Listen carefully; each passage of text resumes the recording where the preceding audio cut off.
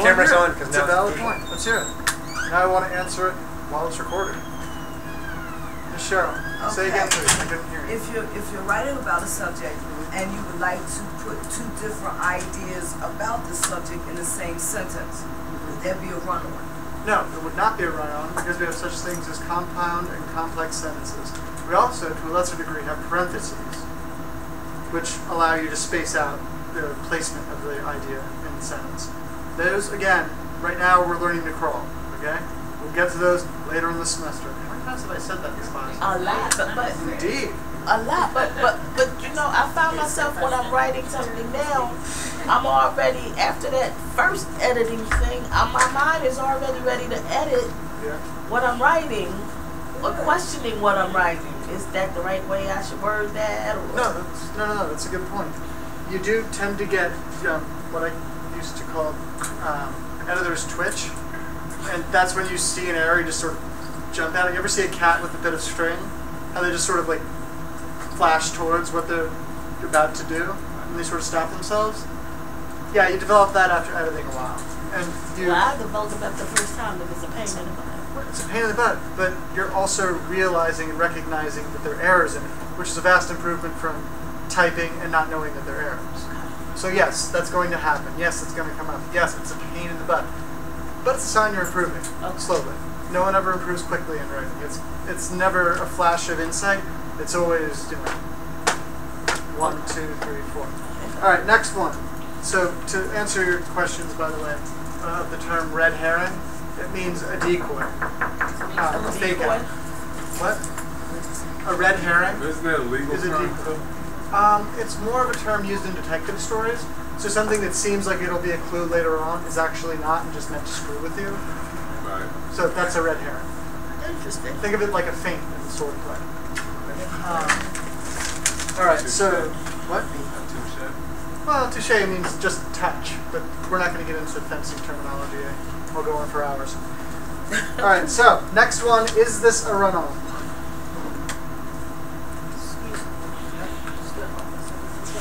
Please, if it's important, go. Take care of it. All right.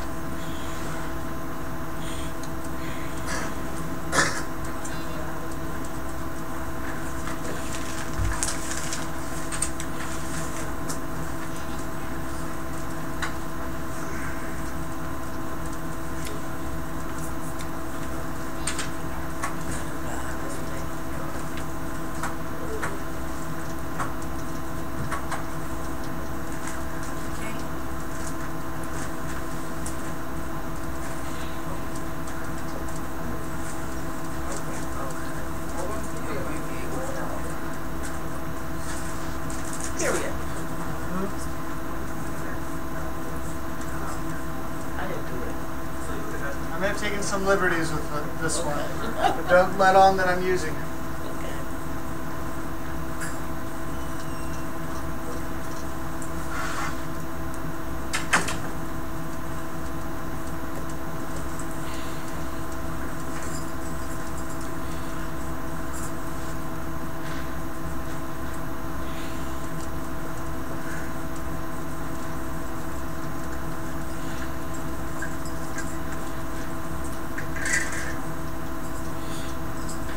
Okay, this run-on. Alright, so I'm going to read this out loud. Don't jump to conclusions, it's your worst enemy. Always. Alright, this semester, my goal is perfect attendance without lateness. I was late today, however, that teaches me better planning is needed. An admirable sentiment, but is it a run-on, ladies and gentlemen? What do you say? Yes. This perfect sentence a run-on? You're putting me on. Okay, it is a run-on. Yes, it absolutely is a run-on. Why is it a run-on, Mr. Johnson? Yeah, because It's too.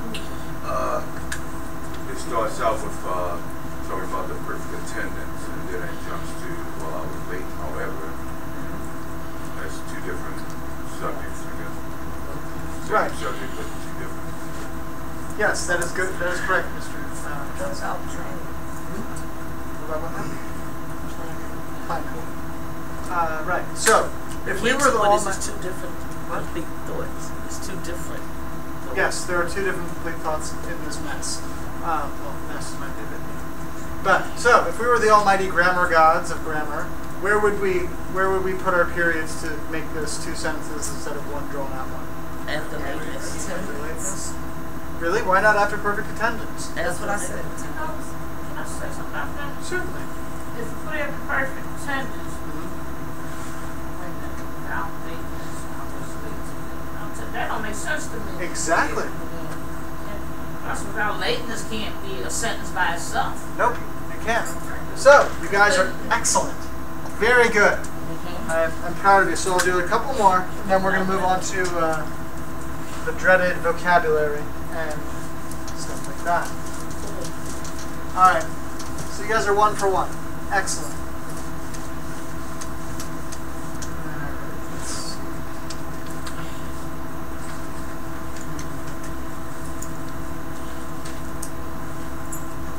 Okay.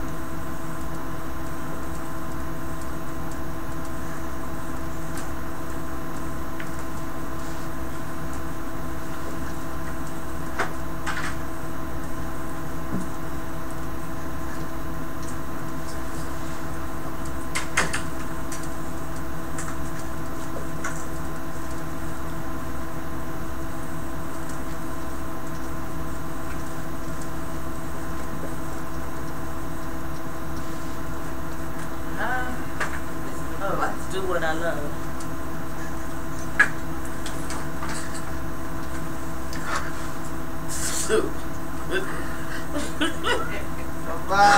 There's some other ones that I could point out that you wouldn't find nearly as funny.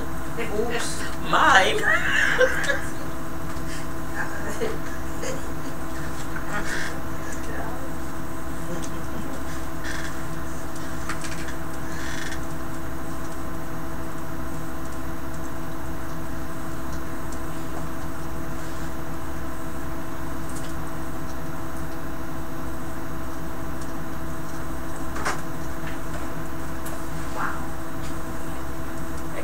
Again, don't laugh. Well, I'm not laughing, but I'm listening. All right? Okay. All right, guys. This is the run-on.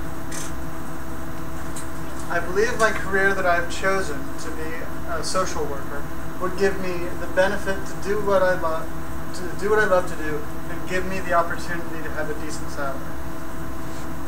It doesn't sound so bad when you say it, does it? I mean, it works because human speech is geared towards, speech. Writing came after speech. It's always important to remember that. So, Georgie says run on. Who else says run on? Walter? Cornelius? Anyone here pulling for more complete sentence? Different for the same thought. Saunders? If I was speaking it, I would be false. Right, so you would add grammar, but we're doing grammar, I believe, next week. So, what is this? Is this a full sentence, or is this a run-on sentence? Alright, so we all have run-on sentences here? I'm going to say run on. Alright, so, just so happens it is. Christina, if you were going to become a grammar god, where would you insert period? This is mine. I guess I shouldn't have been. I believe my career that I have chosen, being a social worker, will give me to be a social worker, period. Would give me the benefit to do what I love to do. I think period. It could end here, Right. because there's no good cutting point prior to there. Right. To be a social worker would give me, because if you stop it here, it doesn't make sense. But, alright, so, okay, what does it give her? Would give you the benefit to do something that I love to do. Period. Period. And then, All right, Miss Moore, and. since we're going to talk about the editing anyway, and you might as well get the sentence out of it. So, how would you start the sentence out? Take the and out. That's it. Right. This So, what would you would. put in its place? You can't just start. Give me the opportunity to have a This. decent. This This would. works, but being a social worker would work too. So this is a good one. This would. Yeah. Or I would say Like- this would. Yeah. this give, and then you just make it. Then you just make it plural. This This gives. gives. Okay. Right. So this or being a SW social worker. Being an SW gives me the opportunity to have a decent salary. Okay. Okay. So we get where I'm coming from here. Mhm. Everyone's cognizant of all this. All right, guys. You guys are pretty sharp on the obvious run-ons. They're more tricky when they have grammar interspersed in them. Commas, ands, parentheses. I saw a couple of those. So That's it.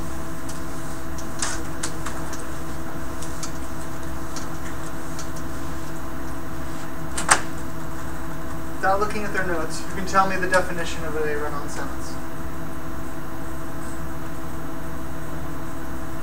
I can pick somebody. Sorry, not this. This is Johnson. Considerably of sentences. I don't know. That's Not a- quite. Because of the, yes, Ms. Morton. Complete thoughts that are No. doing. There's a easier, more vernacular way to do this. But Mr. Saunders, I'll let you have a shot, and then you, and then you again. So, Saunders. Continuous without an interruption. What's continuous without interruption? What are you doing again? So a sentence without interruption. Not, it's closer to what we're trying to get to, but not quite. Mr. A run-on sentence is a sentence that has more than one thought. Excellent. That's what she said. While that can apply to complex sentences, in this case, hold on. I'm going to explain. All right, so run on, if you want a definition.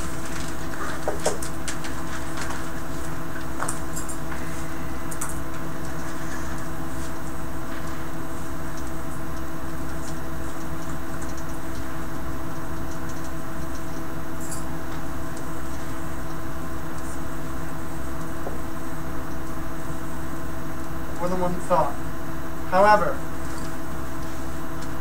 there are plenty of sentences, especially when you get into academic and business writing, that have more than one thought in them, and they're not run-ons. Those are compound sentences, those are complex sentences. So this is not a hard and fast definition, except for the next part. A sentence that has more than one thought. Yes, it's a comma. It looks like someone attacked the board with an eraser knife, but I swear it's just a comma. More than one thought, and no transition. In other words, short version,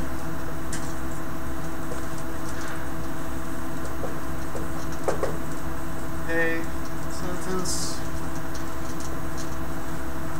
that tries to do too much. Everyone get it? A short version that if someone stopped you on your way home, put a, threatening object to your forehead and said, "Quick, what's the definition of a run-on sentence?" You would say, "A sentence that tries to do too much." And they'd say, "Great, go home." All right? No questions about this? Alright, I'm suspicious of silences like this. I really am. But I'm also the trusting type, so I'll let it go. Alright, so that covers that. We're also going to deal with one more thing before I throw you the usual pangram test and the vocab, and that is sentence fragments. So, we've already mentioned these to a degree in class, but who can tell me what's one that we already identified? Or what's a way you can't start a sentence? Yeah, sentence fragment. It's not a whole thought. With Start a and. sentence with and. Right, you can't start a sentence with and. Durji was right enough to point out you shouldn't, but you can. You shouldn't start a sentence with but. So, we went over part of what our giveaways to fragments. and, but, almost picked up your live scratch. Fragments. I don't think there's a single context that I can think of in which a fragment is viewed as a good thing. A fragment of the counting, a fragment of metal in you, a fragment of diamond. None of them are good things. And this is no exception. Fragments in writing are terrible. You want to avoid them like plague. The bad news is they tend to come in bunches. So they can usually be linked into one whole sentence. But fragments, eh. So, common starters to fragments. Starters to fragments. Like,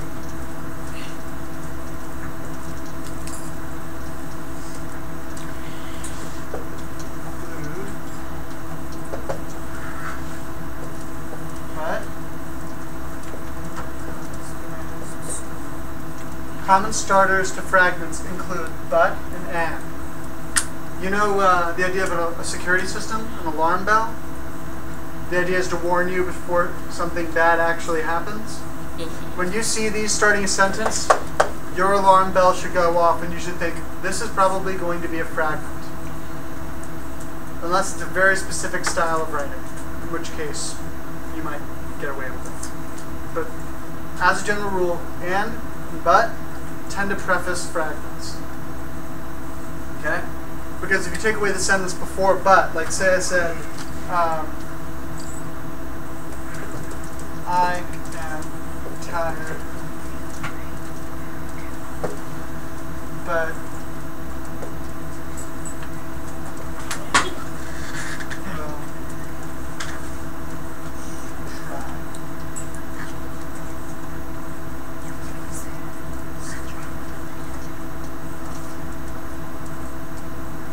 this is perfectly acceptable text speak. I'm tired, period. But I will try to stay up, period. If you're writing in text or a letter to a friend, acceptable. But if you take away, I am tired, but I will try to stay up, makes no sense by itself. I will try to stay up, perfectly great. Subject, verb, what you're actually doing. Whatever. Right. This is a great sentence. It's not going to win you any, prizes for literature, but it's a fine sentence that no one's going to, kill you for. So, but, not good. Huh? Use the Now, you eraser. just You're talking dirty to enough me. your hands. I'm writing it My down. hands are already dirty enough. What? You're talking to me. You say I am tired, but I'll try to stand it. You saying that you can't write it like that, but you can't say it like that. If I wrote the same sentence, A comma in it. I am tired, but I will try to stand. absolutely, comma, but I will try to stand up works. Yeah. If you put a period there, No, not with the period. right. In speech, you can put a period there. That's fine. Miss Wilma, I'm tired, but I'll try to stay up. See? Works fine. Written down, not so much. This is some of the... Yeah, you can also just do comma, great. You don't even need the comma necessarily. You can just go straight. I am tired, but I will try to stay up. Sure, fine thought. No? Again, but the but is... Again, the point was this should set your alarm bell off. The sentence that follows it is a friend. Don't enjoin. We all speak But differently, but in this enjoin. speech is same. Good Lord. Would you put instead of and? Instead of and, Yeah. in the context of business writing or just regular writing, so you want to know about and, right? There are a number of simple things that you can use instead of and. However, However is like on the other hand. However is like but. And is a linking verb. That's Not what I was verb, not trying verb. to say. It links it. It says it's part of a list. Maybe also. But, I was thinking but it alternatives. joins the idea in the sentence. I mean, also. it joins. It's like connecting or something. And we're again, this is all next week's stuff. What are we We doing can't help but now? think this way. I know. This is God. prefacing it so when I do this presentation next week and say, here are all the grammatical tricks and alternatives, they'll say, wow, you mentioned that in class before. How great a teacher you are, Mr. Charlie. And I'll say, thank you, take time. But Okay, there are alternatives that start to starting a sentence with and they are in addition. Okay. Alright, so everyone get that down? Okay.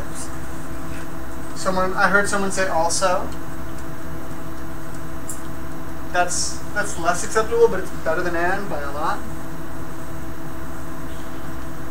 Notice how a lot of them have and. Included. No.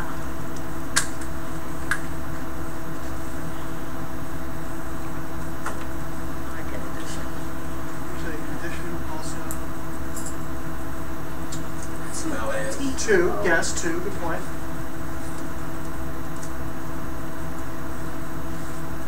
Like to clarify or to understand this, you must do it. How about as? As well, yes, as well is great. Very good. However? Yeah, however. However is under alternatives for but. So, however.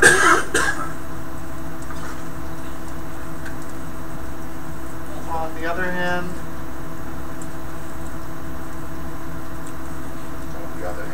On the other hand is a.